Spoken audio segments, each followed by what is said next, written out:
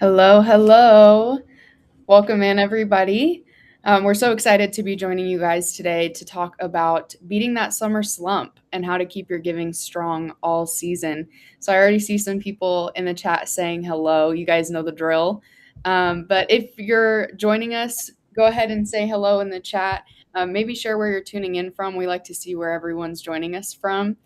Um, Hi, Charles. Charles is like in every one of our webinar. I think he deserves like an award for being here all the time. I love it. We've got people in California, Minnesota, Tennessee. Awesome. I'm feeling like right now when I read the chat, it's funny during this time of the year. We've got people who are like still getting rain and snow, and then we've got where I'm in Tucson, Arizona, where we're starting to cook. We're starting to get really hot here. I know Daniel said today as well that you're the weather's quite warm where you're at today. Yeah, we're sitting at 95 for whatever reason in May, which is not supposed to happen in spring, but whatever. I'm inside. I'm taking it like that. Yeah, the AC's cranked. Yeah. Well, awesome. I see still a couple of people are joining us. So just to reiterate, as you guys know, we're talking today about how to beat that summer slump. Kind of just having a conversation about some suggestions, some tips from us about ways that we think will make your life easier during the seasons where usually people are traveling and they're out. And so we just want to give you some helpful tools today. So I'll go ahead and jump right in.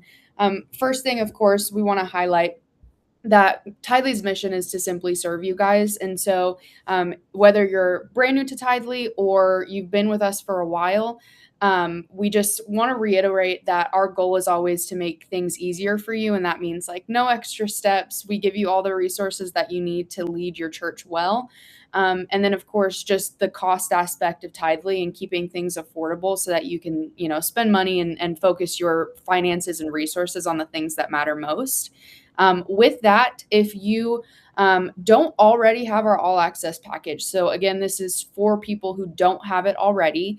If you are interested in our all access package, that includes all of the products within our ecosystem, and you can get those for $99 for 3 months with this code that's on your screen right now. So if you have a phone with you, go ahead and pull it out, scan the QR code on the screen. I'll show it again at the end of this webinar, just in case you miss it right now. But again, this is going to give you all of our products within our product suite for $99 for the first 3 months, which is an incredible deal considering all of the products that you're actually getting. So just want to make a call out to that. As you guys know, if you're talking in the chat, we highly, encourage that. Make sure that you're chatting with us. We enjoy it. But if you have specific questions relating to what we're talking about today, go ahead and use the Q&A feature. I probably should have put a picture, but I think it's located on the bottom bar of your page on the right-hand side. So that Q&A portion with the little question mark in it, if you have questions relating to what we're talking about today, go ahead and put them in there, and we'll have a designated time at the end to address those questions with you guys. But with all that said, I'll go ahead and give us an opportunity to introduce ourselves.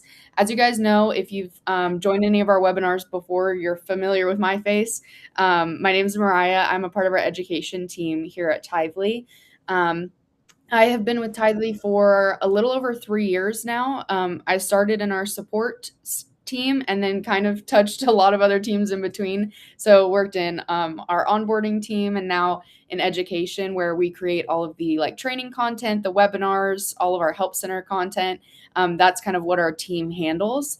But just a little bit about me personally, to give context to the conversation we'll be having today, is that I am a pastor's kid, grew up in the church, and have kind of done, as if you know a pastor's kid, you know that they've done pretty much everything that there is to do behind the scenes of running a church. And so just to give a little bit of context to the conversation, that both Daniel and I are coming in with some pretty extensive experience in the ministry world. And so just know that our heart behind this conversation and what we'll be talking about today comes from a place of relating to where you guys are at today. So that's a little bit about me. But Daniel, if you want to share some more about yourself as well. Yeah, I mean, first of all, if you're a PK, you should get a stipend just being a PK because you're there anyways. But that's either here or there. At least a food stipend, right? Yes. My name's Daniel. Like many of you tuning in today, I kind of know firsthand what it's like to look at the budget though in July and go, oh boy, what's going on, and kind of have that pit in your stomach. I was in staff for 12 years, with from church plants to small churches to what I call bigger, smaller churches. And but most of my ministry, I spent time in Groton, New London, Connecticut. Which, if you know that area, there's pretty much two things: there's a Navy base, and then there's a naval shipyard that builds submarines, and so called Electric Boat. And by every worldly economic metric, our church should have kind of struggled financially. But what's kind of cool is we never really struggled down there. I don't know what it was. I mean, I do know what it was. I have some ideas, but we always did our weekly giving well, and even we had a 10 times weekly giving. We'd hit our goal. There was a lot of great stuff that I learned while being on staff. And honestly, today's a lot of fun because I work for Tithely, so I have to talk as if I work for Tithely. But today, I am talking as if my ministry experience, what I've got from the background that I've done, and what I do now. Ironically, for my church, I'm currently worshiping in the Boston area. They ask me to speak for contribution way often than I would prefer to. Whatever reasons, because I'm good at it, I don't know. But it seems to be a specialization I've developed in terms of helping people's hearts to want to get to the place of giving. And so it's Yeah. great to be here, and I'm looking forward to having this webinar together. Yeah, awesome. Well, great. We'll go ahead and jump right into things then. Just before we get into like the conversation piece of this webinar, we want to highlight just some data that we've collected. Just I think it's helpful to see and kind of just take a look at the actual numbers when it comes to giving. So in 2024, there was a total of nearly 593,000 thousand billion dollars given in 2024. So with this number, well, it'll kind of break down on the left-hand side. Also, let me remove, I'm going to spotlight this so you guys can see it better because I know that sometimes it's hard to see those words. But it has a 3.3% real growth with that increase over 2023 when you adjust, of course, for inflation. So you'll see on a lot of these slides that these numbers are, of course, like adjusted a little bit for the inflation. So we're getting a more honest perspective on these numbers. But with the historical trend, there's charitable giving has increased or stayed flat in current dollars most years since 1984, which I think is crazy. That over all this time, it's either stayed flat or it's like had a very minimal increase over all these years. But there has been a recent slowdown in growth that has slowed significantly following the post 2021 peak. And with that total number that we're looking at, individuals actually drive the vast majority of giving. So this is personal, like individual people versus, maybe organizations or corporations that are contributing to that total number. But in 2024, $392 billion was given by individuals, and that's an 8.2 increase over the previous year, representing 66% of all charitable giving. So again, that's 66% of all the giving in that total year was individual people, which is I think that's a pretty cool number. But with that entire number that we're looking at, all of the the pie chart that we're looking at now on the right-hand side shows that 23% of total giving was actually given to religious organizations. And so you can kind of see a breakdown of where the other percentages are going, but the vast majority does go to churches or, religious organizations. And then overall giving is growing, but giving to faith is stagnating. Giving to religious organizations did increase 1.9% in current dollars in 2024, with, of course, adjusted for inflation, but giving to religion actually declined by 1%. That, again, you can see that on that right-hand side. I just realized I was talking and then wasn't even clicking the slides, but Daniel was doing it for me, I think. So thank you. And then we'll go ahead and click to the next slide where it gives us an example of the shift and who's giving. So in 2024, the median household giving did decrease by 34%, and that's just 34% between 2021 to 2024. So that's decreased just in an actual number from $910 to $600. And then that kind of highlights to us that there's the dependency on that top 1%. The dependency on the top 1% has increased by 47%, meaning that churches are depending on that 1% to give 21.2% of all annual giving. And so that's obviously going to impact on everyday donors. The next slide will highlight a little more specifically, the generational differences to the donors that are actually giving. There's 3.4%, excuse me, not percent, 3.4 people. I don't know how there's 3.4 people, but 3.4 millennial givers to replace one boomer. And then it'll take 10 Gen Z givers to replace one boomer. So that kind of highlights to us the reality that it takes a lot more individuals to actually replace the giving of one boomer, for example. So that's just kind of something to keep in mind as you're centering yourself around conversations that you need to be having with your organization. And then we'll go ahead and click to the next slide about what you can do about it. So this is kind of going to get into the portion that Daniel and I will be talking about. And these are just suggestions from us to you about things that you can do to increase that giving and how to have conversations. But of course, the first one is always going to be faithful, to teach God's word and be bold in it. Number two is to know your highest giving days. I think we may touch on this in a moment, but just to kind of explain that in a little bit more depth, that means knowing that Sundays are going to be the highest giving days just across the board. But right underneath that, highest giving days are going to be on typically Fridays, like paydays, and like the 1st and 15th. So maybe kind of scheduling time to talk about giving around those days so that you increase the likelihood that people are going to get invested in that giving mission. And then knowing your recurring numbers. Recurring is always having givers that set up recurring giving is always going to increase the amount of giving that you do receive.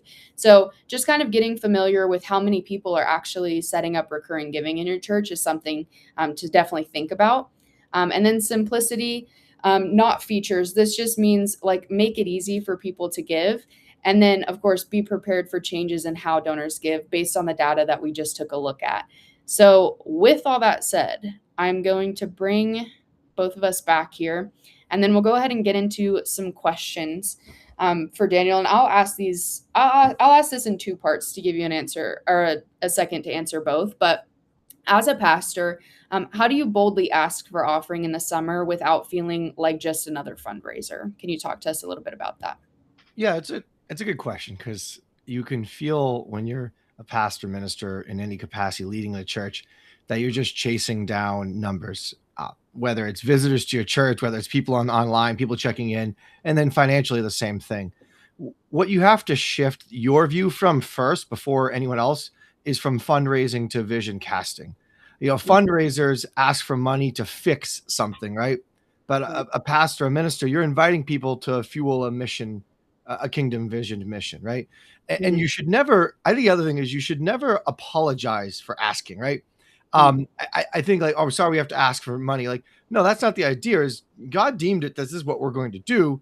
You're just representing that. And so, but by apologizing and kind of making it fundraising and kind of feeling scared of it all, I think you can create this fear in the church about giving. And you don't want that. You want people to feel like, no, this is part of God's vision. Move the conversation from a donor mindset. Tithely thinks that way, but like that's different to a disciple mindset. Donors want to balance a ledger or reach some kind of goal, but a disciple of Jesus wants to extend the gospel, wants people to know God, wants their money to have an impact beyond just meeting some number in the church. And if you could kind of get that mindset rolling with your givers, that helps a lot. And so the Tithely side of things is the tools to do that, to make it easier. But in this capacity, the heart is you're co-laboring with God, and change a preposition is another idea too. From to for.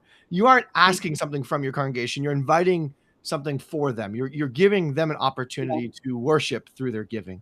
And so it's your start. Your heart has to be in the right place when you're talking about this, whoever talks about this, for the rest of the congregation to believe it. Because I can get up there in front of them and like, we need to give because God tells us to, but in the back of my mind, I'm just fear. It's going to show up in my own giving, but also in the way of everybody else around me. For summer, reminding your people that while schedules change during the summer, the brokenness of the world of mission doesn't. And so, yes, we might be in vacation mentality. Our kids are out of school. You got VBSs going on. You got people traveling. There's lots of chaos going on. There's summer camps, outreaches, whatever it might be. But it doesn't mean that the mission has changed. It's just that our lives are having a different season while we're going on. And so it's a good opportunity just to kind of help people see the summer is, yes, it's harder, but it doesn't mean our hearts should change in terms of how we give. And I will plug that's what makes the recurring giving so important is if you get members going, this is what I'm going to give, and this is what I want to give, this is what I feel called to give, and they set that up. In the summertime, it's a lot less painful because people are giving without Yeah. needing to go in there and click give or pass cash into the plate. So there we go. Yeah. That's my No, thoughts. that's good. And I do want to just circle back because I think it's an important thing to highlight. Can you give us like specific examples of changing your language around giving? Because I think that that's a really important thing that you were mentioning. Like it's more of an inviting than asking from them. Yeah. So if, I don't know if you want to speak more to maybe just shifting language where typically it's difficult to ask that of your congregation. So maybe just speak to how to shift the language, like specific verbiage, I think would be helpful. Yeah, I mean, for sure, take the apology out, right? Never Yeah. apologize for having to ask for your church to give to God. I mean, that's Right. step one. I'm not saying you never have any apologetic, sobering mindset, but I'm just saying Mm. you shouldn't apologize for that, right?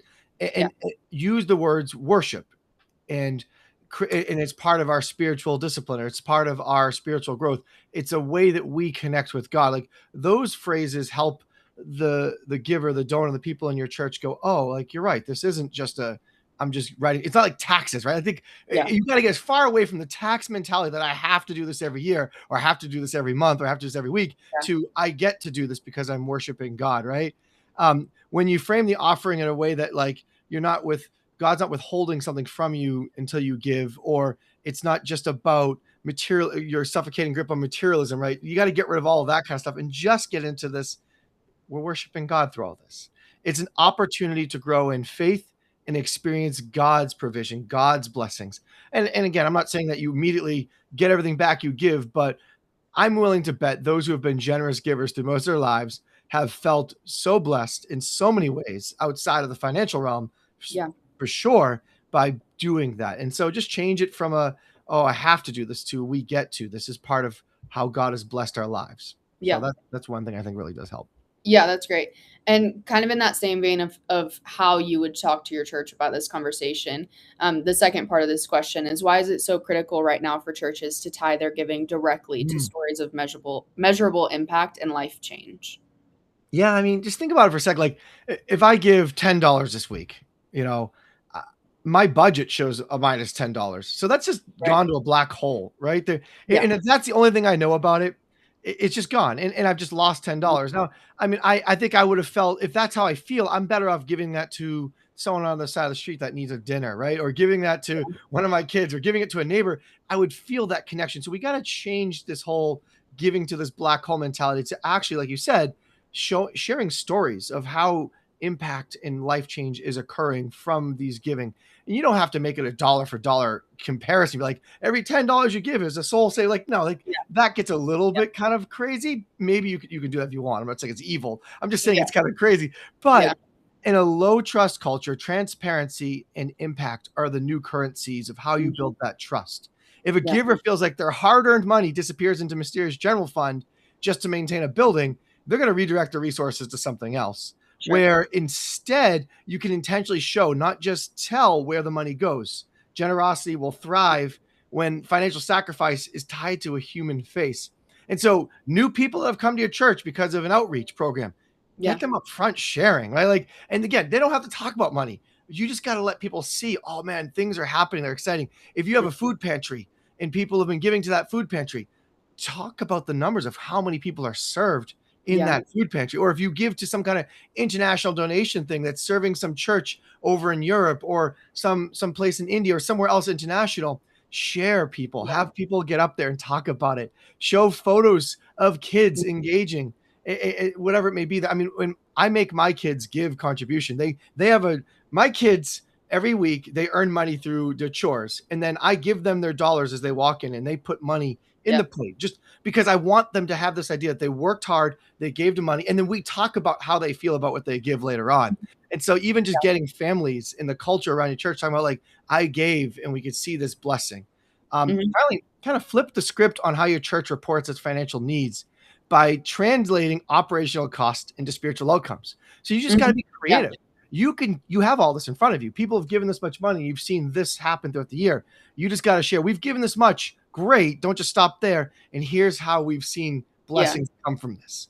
So, Yeah. stop saying thank you for your tithes because the electric bill is high this month, right? The summer, 95 degrees, my AC is running. We need to say because you gave, the lights are on this Tuesday when a broken marriage potentially was restored in our counseling room, right? Like the Yeah. pastor was able to not have another job. He could meet with this couple that potentially could have gotten divorced, but instead their marriage has been recovered. And I know it's tough to share specific individual information, but you can just kind of share that your money doesn't go to fund a budget.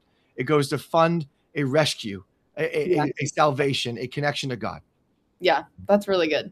I'm getting fired up. I love this conversation because it's just so important, and I feel like a lot of churches just don't know how to approach it. So I'm Yeah. hoping that you guys are taking a lot from this, like I am. But we'll go ahead and jump into the next question. Obviously, based on the data that we showed, overall giving is just it is kind of decreasing. But we know specifically, if you've been in the church for any amount of time, that it certainly happens during the summer when everyone's Yeah. going out and doing their things. And so if a church's giving completely falls off a cliff the second people go on vacation, what does that tell us about how we've been discipling them the rest of the year?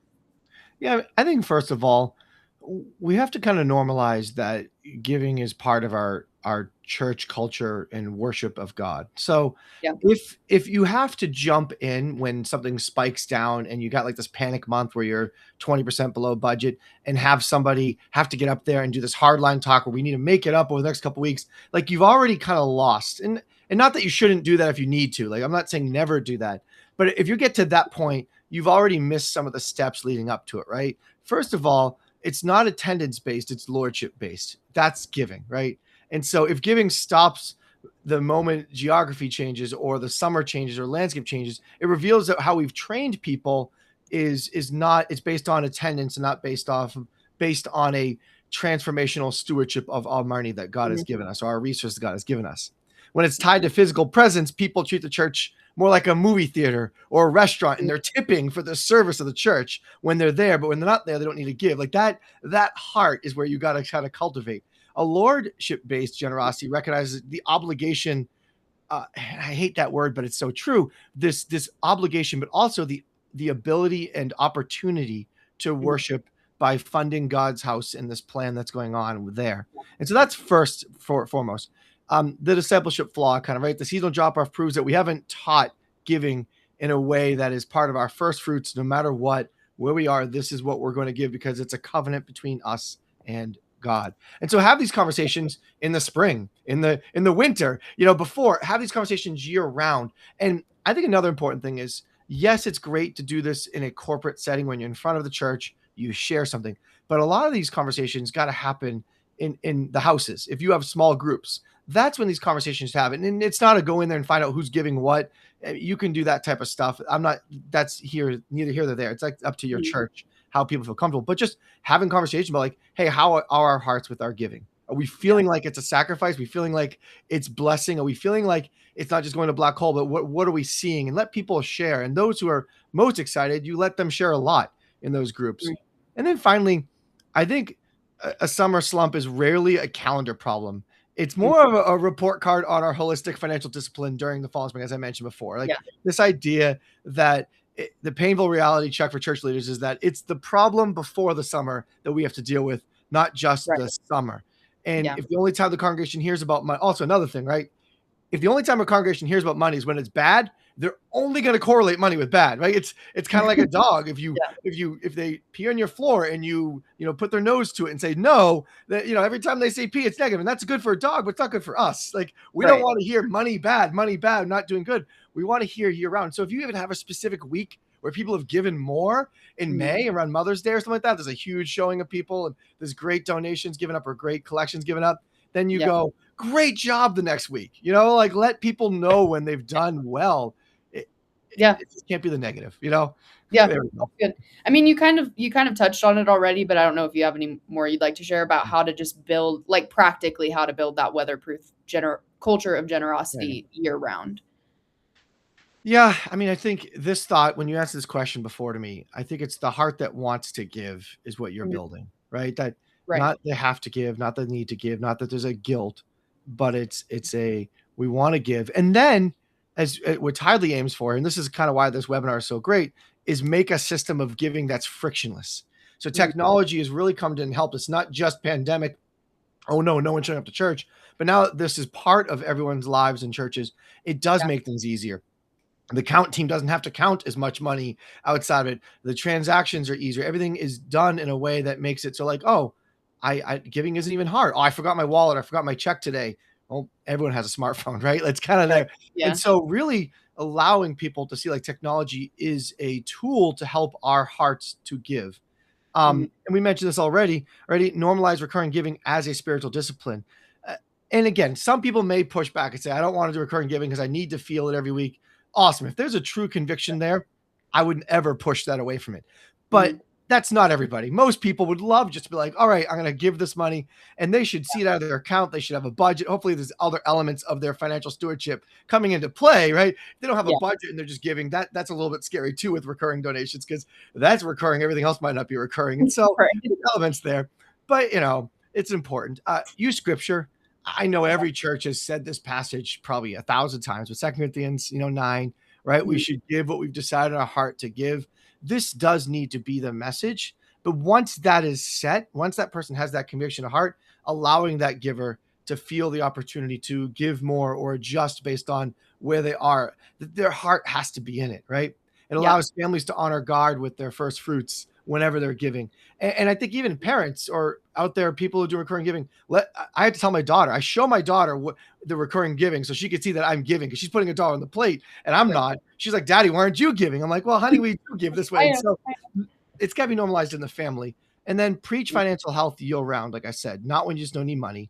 It's got to be January and February, a great time to talk about it because people are starting off the new year, right? Around the time of tax seasons, right? Like, yes, we everyone hates tax season, but like, let's talk about it. Like, hey, maybe if you did get some extra money back, have you thought about that? Or if people, end of the year quarterly stuff, whenever your guys' years end for different big companies, Mhm. just talk about this year round and Yeah. healthy financial choices. And also, I would say a second thing to add to this combo a financial smartness. So you can Dave Ramsey stuff. We partner with Dave Ramsey, but you whatever, just partner with financial smarts in the Yeah. church. I mean, people are doing poor with just financial stewardship overall. Help them do better with their money overall, not just give more. Right? Like really build a culture that giving is based around our holistic view of how we handle our money as a blessing Yeah. from God. So I'll Yeah. stop there. But No, that's great. The next question I think is super important as well because we've kind of been talking a lot about the donor perspective, but obviously, like making sure the health of your team is good is also really important during these Mhm. seasons. So, this question is about the summer slump just not being a spreadsheet problem, but it's an Yeah. emotional weight on the leadership team. So, from your own experience in ministry, how do you keep your staff and your volunteer teams encouraged and focused on the mission when the sanctuary is half empty and resources feel tight? Oh man, I had a in our leadership team that I was a part of. There was one guy there that was like so good at budgets and numbers and just logistics. And he would come in and so prepared. We'd have every detail. It would just be ridiculous how much information we'd have. And Yeah, I remember me and one of the other ministers, we'd always try to like we take that information and immediately try to transition it to heart. Like, great, yes, we're hitting all these things. yeah, Awesome. Let's be careful though, because we don't want it to be a head count, right? Money can't just be the next like okay, we had 200 people in service today with 35 visitors and 22 kids in Kids Kingdom, and mhm, we had this many ushers, this many people looked on the website. Like you can get all of these numbers, yeah, and they're helpful tools to help build our faith, but it's got to be the heart count. It's got to be about what's going on here, especially for leadership team, because if the leadership team isn't on board with the heart of it, then no one else is going to be behind it, right? Your leaders set the standard of it. They're going yeah, to talk about it from like oh yeah, our contribution is down. And they may say that in passing to somebody else because it's just on their heart. And so we got to shift our team's focus away from empty seats or lack of money towards people who are giving, people who are showing up and how to cultivate their hearts and everyone else is there. A half empty room is not a wasted Sunday, right? From the kind of mentality of that, it's an intimate ministry opportunity. And that's just like a twist on things. Like you can take yeah, anything the negative number aspect and not twist it, help yourself see it in a vision way that's helpful. Meaning like, no, I got to talk to most of the people that were at church today, and that was a blessing. Obviously, we want everyone to show up. We want everyone to give, but we don't need the numbers to be the priority. But a leadership team, the ushering team, the count team, whatever you want to call them, they will have that focus because they have that skill set. And so just continuing to build with them that way. And also hold up the leadership team in front of everybody. Often they're the ones dealing with all this. There's a lot of stress on, especially the financial ones. There's a lot of stress on them. And sometimes they could just be another member in the church and people don't realize like, no, they're giving of themselves in such a significant way to lead. It's stressful. It's tiring. There's nothing easy about leading in a church. You wish it was, but it's not, Yeah. and so in the modern digital age, people hear your sermons all over the place and they're listening wherever they may be. Hold up those leaders. Let people know who's not running the show because God's running the show, but who's behind the scenes helping to handle and deal with all these different financial issues and other issues that we have. And so, I think that's one thing. Yeah. Another thought, pivot from production to preparation and rest, right? Instead of always trying to build this huge momentum with giving and resources, because that feels like it's a drain, lean on just kind of the rhythm of where people are in life. Use the lighter summer schedule to protect the staff from burnout even, or to protect like over meetings, right? Sometimes people just in the summer, they feel like they're missing so much, they're moving so much like that, kind of shorten stuff up a little bit. See if that changes the giving. People may be like, they feel lighter coming to church. It's the summer. It's a better feel. It kind of feels a little freer because there's so much going on. I mean, Vacation Bible School is the biggest burnout in the summer. Whoever's in Vacation Bible School, give them a break somehow. I don't know. Whatever it may be. But there's lots of tactics to kind of make the summer and your leaders less burned out and less focused on the spreadsheet and financials, if that's what they're doing, whatever they're working on, to make the summer kind of feel freer and lighter. If your team is staring at a tight budget and a half-empty room, the emotional fuel tank is going to drain so fast, right? As a leader, protect them, remind them that it's God that we're serving. It's God that we're worshiping, that every dollar given is in worship of God. Every activity we're doing, every budget meeting, every training meeting is about God. And that's what we're going to be measured by. And that's what's going to transform lives. So I don't know if that helps or not, just kind of inspire your leadership team. Yeah. And I'm hearing, it sounds like there's a theme for sure about, I think visibility might be a good word when it comes to talking about giving, when you're saying like, talk about your leaders, lift them up in front of people, like talk about where your giving is going in front of people, because it removes the illusion of, like you said, just giving and then it's like it's gone from your bank account and you don't know anything about it. Visibility is super important is kind of what I'm hearing for sure. But with that, the next question, we're talking about, like people are booking flights, they're leaving, they're vacationing, because that's usually what happens in the summer when kids are out of school. If a church hasn't updated its digital giving experience to match the level of ease that that we just live in today in the digital world, what is the church inadvertently communicating to its congregation about its priorities? And then also just kind of an addendum, like some fixes to that. Yeah, no, it's really impressive. Like when we have an app all for everything you possibly can imagine. I have an app that controls all of my light bulbs. I could turn off my light bulbs downstairs from where I am right now, right? I could change my air conditioning. I could call my wife. I could text this. I could reach anybody anywhere in the world. It's frictionless communication and control over all of our lives. And then if giving or our ease of giving and even communication and all those kind of church tools we use are full of friction, that itself is just creating a barrier, right? If a member can book an entire family vacation with a few taps on an app, but they can't give, or it's so hard to give, or they got to click like 30 different times, or they got to hunt it down, or they got to ask somebody, like that's a loss, right? Especially knowing that when you show those numbers, like 3.2 millennials have to replace a baby boomer, whatever, those are great stats. Like that means you need more millennials to be giving. Like, so you need more in the buildings. You need what attracts them to. So the second thing I'd say is a loss of cultural relevance and generational alienation. I like millennials, Gen Zs, and Gen Alphas. I mean, I love technology. Maybe it's not for everybody. I'm a millennial. I love technology. I will. My house can be the robot hub when AI takes over, probably, because I love having everything in my.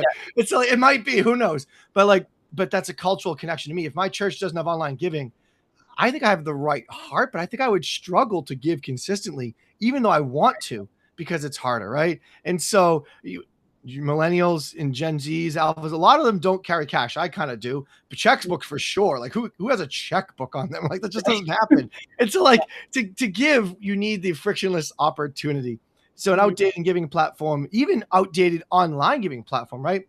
If you just have one generic link that exists hidden somewhere on your website in the very bottom and no one can find it, like no one's going to use it. I'm not saying we're going to show this in a second. You don't make like a giant button that blasts over give, and it's just annoying with a bunch of arrows on it. But it's got to be something that you don't have to go too deep into it. A great stat, right? Like as you move down the generations, like Gen Alpha, Gen Z for sure, they don't want to click anything on a website. If they show up to a website, it's all gonna be right there in front of them what they want. Millennials, you get like 2 or 3 clicks out of us. And then as it goes up there, different generations will go a little bit deeper into it. But if your website and your app become too hard to find the giving, they're just not going to give.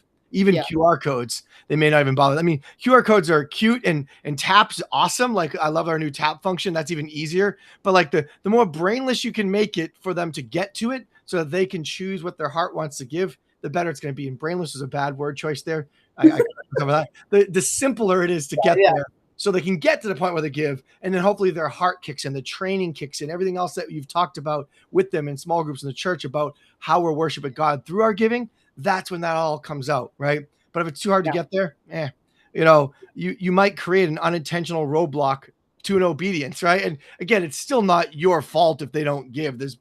If there's a will, there's a way, right? They can figure it out, Yeah. but it needs to be easy.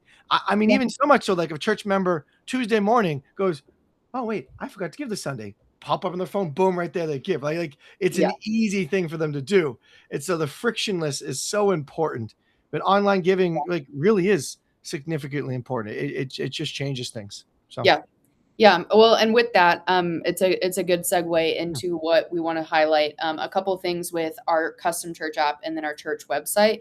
Again, just to highlight, if you're new to Tithely, if you're watching this and you're not aware that Tithely is not just a giving platform, we also have a custom church app, custom website, and a CHMS product. And so if you're like, whoa, I didn't know Tithely had all this stuff, we do, and we're going to show it now. But if you have interest in these products, I highly recommend checking out Tithely University. I think it's just university.tithely, the URL, but highly recommend checking it out if you weren't aware that we had these products. But with that said, I'll pull myself back and give Daniel an opportunity to show. Daniel, do you want to stay on the screen or would you like me to pull you all together so that everyone can get a good view? I could pop off screen. Okay. Feel free to Okay. take me down. Perfect. My voice will be enough. All right, so I added to stage. Did it do that? There we go. So, as Mariah mentioned already, we have the apps and sites. Depending on which version of Tile you have, the layout may a little bit different, but the functionality is all the same. And so, inside the apps, we build giving right into it. And so, literally, if you take your giving from your giving form page in the giving area, where if you come over here to giving, you can pop your link right here. It should be there already. You can choose to have a floating button, and you can have that mapped to a specific fund as well if you want, and you can give it a name. You can add your text to give if you're using that, and you can change that. So there's a lot of great stuff here that you can upload into it. But what's really wonderful is you can see how it's going to look. So in the layout editor, so if you're in our apps page and you've got giving set up and you go to layout editor, what you could do is you can actually see what this looks like on people's phones, which makes things kind of nice. So this is our demo app that we play around with. So don't expect this to be super nice. We mess with it all the time. The onboarding team especially. But one thing to notice here, like, so down the bottom, there's a give tab, right? There's 5 tabs on the bottom. If you have a church app in any capacity, if you use Tithely's church app for sure, you should always have give down here because if you click any different tab, there's always give easily accessible one press away. They don't have to go hunt it down. You'll also notice we have give right here as well on the page. You can do this too, and you don't have to make it huge. You can make it small right inside here as you want, or big, or you can make it narrower. But again, you want it there on the front page. It's a normal part of worshiping God. So it should be a normal part of the technology that people use when they join your church or are a part of your church. And a lot of things we tell people at the app too, the app is functionally directed towards members, people that are part of your church consistently. And so you want your members to give, make the thing that's directed towards them technology wise to show giving. And then the float button, I think the float button's take it or leave it. If you like it, great. If you don't like it, I don't know how much people click that maybe by accident. So maybe you're looking for incidental clicks, but that's not the goal. We want the heart, right? But it does exist there. but people can click onto these and get to your giving page right away on the app when they're there. And so make sure this is something that you set up really nice and clear and easy for them. That's one of the functions there for sure. And then when you go to sites, I do really like sites. Where's sites over here? Man, my brain. So the sites, your website. So as much as the app is going to be directed toward, you can see welcome home, Sonny. This is generic. As much as the app is directed towards your members, the site is going to be directed towards your visitors. There are still tons of stats out there showing that people will go to your website before ever visiting your church. And that website needs to show a couple things that are very important. Who your church is, where they're going, what it's going to feel like, what they're going to see, what they're going to experience. But you should have give on there too. And not be like, because, oh no, someone's like, oh, I have to give when I go to this church. Yeah, you should be giving when you go to a church because that's part of your worship of God. But you have an opportunity to highlight this. And so what I love here, we have a giving page up here. You can click up this. This is kind of standardized on any Tithely site it shows up. But here's what I suggest you do on this to really improve it. Have the give when they click in. Don't just have a give button here. I don't have it on here. Have a video from your minister, lead pastor, from your lead financial guy, just talking about why giving is important right here on the giving page. Like that's so helpful for people to see the heart of why. And yeah, sure, some people might not watch it. You can have an autoplay, by the way, so then they're kind of forced to watch it a little bit, but have something there that really kind of directs them to why you're giving. And then the great part is once they click into this, it opens up the giving page right off it. Boom, there it is. They can come in, set up, and if they're signed up, they can see all their giving numbers. If they're not signed up, they can sign up, log in, or give, which is one of the frictionless parts. You can give on the Tithely platform without needing to sign up, which is so important because some people just don't want to sign up. People don't trust it sometimes. I don't want to give my email. Okay, well, you have to give your email to give, but I don't want to give a password to log in. So there's some people don't want to do certain things, but in general, frictionless is important. Another thing you can do on your homepage, which you can also add in just a section too. So you have the give button up here. Don't have it up here, yes. And you can have it down the very, very bottom as well, but don't let that be the only place. Like that's like, if we're called to give a portion of our blessings back to God and it's the smallest possible area on your website, like that just seems silly. But again, compound this with stories about where the money's going. Absorb the black hole, get rid of the black hole and be like, hey, when you give, this is what we're doing with it. This is what's been happening. These are the events. This is what you want to correlate, not just give up here and here's everything we're doing. Have them connect. You can add in a block. And what's cool here, if you hit the add block plus button here, there's actually a built-in give block that's pre-built for you, so you don't have to do it yourself. And when you click that in, it's creating a block. Boom, giving is there. What I would do right here, put a slideshow of Vacation Bible School, put a slideshow of the food donations, put a slideshow of the service days, put a slideshow of your staff, your leadership team. Have that cycle through so people are seeing what it is. And right here, say, this is what your giving is doing. It's changing lives, and have an arrow point over.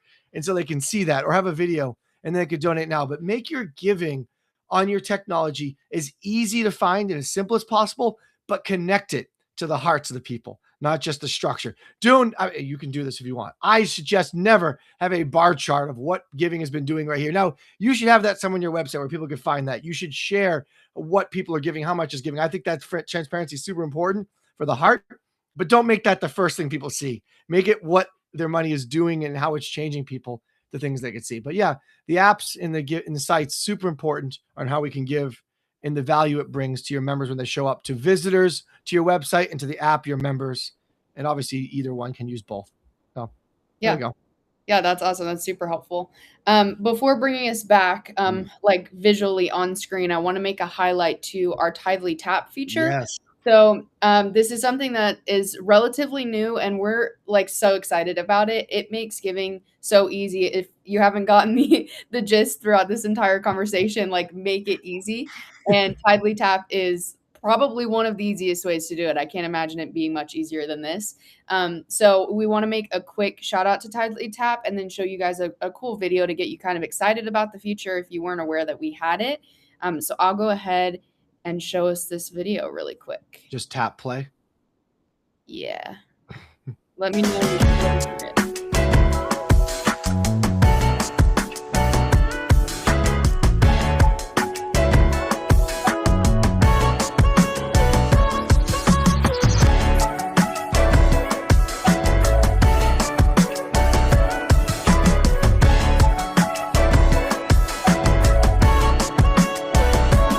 Use it to connect with them in a real way. I'm a new believer in the Tithely tap.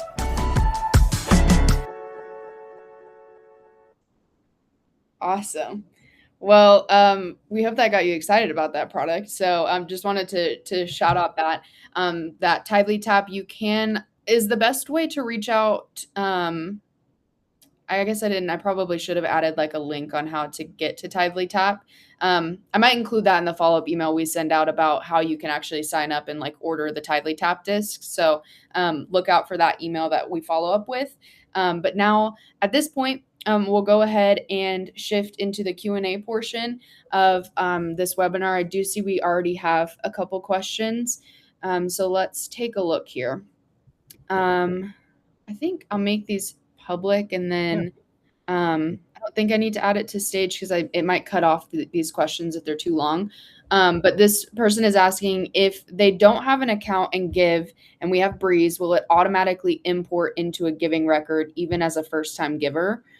I think, unless you want to address this, Daniel, if I'm understanding the question correctly, it sounds like even if they're a first-time giver and they don't have an account in Breeze, their giving is always going to be associated with their email or phone number. And so at the end of the year, they will have a giving record or a tax statement. So it's always, that information is always going to be recorded, even if they don't have an account. So I think that addresses that question, unless you have something else to add to it. And I'd add, make sure people are giving email addresses that they actually have access to and check, and don't share email addresses with other people, right? So, you want to make sure that it's their email address, because that's how it's going to be connected in their phone number. And then if they keep coming and give again, it'll keep associating with that. And so you'll have a full record of it, not just one. And so, but yeah, just make sure they give their information correctly. Yeah, that's good. And then also, oops. I backed myself out. We also have a question about the app and the website being independent of each other, which is a great question, and you can speak to this just because you demoed it. But yeah, I'll give you the floor and let you address that question. Yeah, the app and sites talk together a lot. There's many things they do correlate very, very well. Giving and events can be linked together. You can actually link right into your app using a hyperlink into it, and so people can map over to the website from there. So there's a bunch of connection points. So do you have to update both areas if there's some crossover? There are a couple things you have to update on both sides, but obviously because the mission of the site versus the app has direct focuses that we kind of aim towards, so there'll be things you want to direct in there, but a lot of it does cross over each other. Specifically, one thing is cool is like our live streaming element. You can have it both be on the site and the app, and all the chat in there is from both. So if you're on the live stream on your app, you can see the chat from the site. So it's kind of a cool element there. Events go back and forth. There's other elements that go back and forth. So there's things that do, and there's some things that don't, but a lot of it does work well together. Yeah. And I also just added to the screen on the right-hand side, you'll see sites and apps integrations. If you click on that on your screen, it'll take you to a Help Center article that kind of clarifies again what Daniel just shared with us, the places where the app and the site have integrations and kind of crossover. So if you want to click, you can. Let's see. Charles is asking, on tap, is a giving form the same as the Tithely giving page? And then where is the preferred landing page for tap? It's a good question. Yeah, those are good. So, what's cool about Tap is it's not just giving. You can actually have them land on a form too to fill out. But what we would say if you're doing giving, it would go right to the giving form, right? And so that's the best way to load it up that way. But you can actually choose on the Tap where you want to have them land ahead of time. And so you can set up the different taps or different elements. And so, yeah, I think right on the title, giving page, giving form. So giving page and giving form, yeah, those are synonymous. I think you can interchange them. If I say giving page, I'm thinking like the giving page on a website where they land to click give, where the giving form is the actual area where they give. And so you want to aim them to the giving form. Again, less friction. They get right there instead of having to play around. So that's what I would say. Yeah, that's good. And I'll also I'll link a resource as well here on the screen to our Tithely Tap that just kind of talks a little bit more in depth about what we're covering. Yeah. But to summarize, it can go wherever you direct it to go, which is why the Tithely Tap feature is super cool. It's not just the giving page. It can also go to like connect forms for new visitors or stuff like that. So let me link that really quickly. Yeah, and then putting that on the stage, we have a question that I think is a little bit more nuanced that I think maybe you can address, Daniel. But Bob is asking which call to action is better, the word give or donate. Yeah, I kind of use them interchangeably by accident. I think give sounds better from if you're giving to God versus donating to God. But I mean, it really just depends on the culture of your church and what they feel like. In different parts of the country, words have different significant meanings too. And so for me personally, neither one would bother me if you said it to me, but I would personally go either give just because I want to give, right? That's kind of Yeah. the idea behind it. God has given us life, so I want to give back this opportunity. I want to worship God with my giving. I want to worship God with my donation. I don't know. I think it's a semantics thing, but I think Yeah. give sounds better. Yeah. No, that's awesome. As far as I can see, I think that was the last question. So I'll just click back to the screen to give us another moment. Again, if Mm. you do not have all access and you're interested in it, and that includes, again, kind of what we showed just a moment ago with sites, apps, Tithely, and then our CHMS product, you can go ahead and scan the QR code on the screen and get 3 months of all access at $99.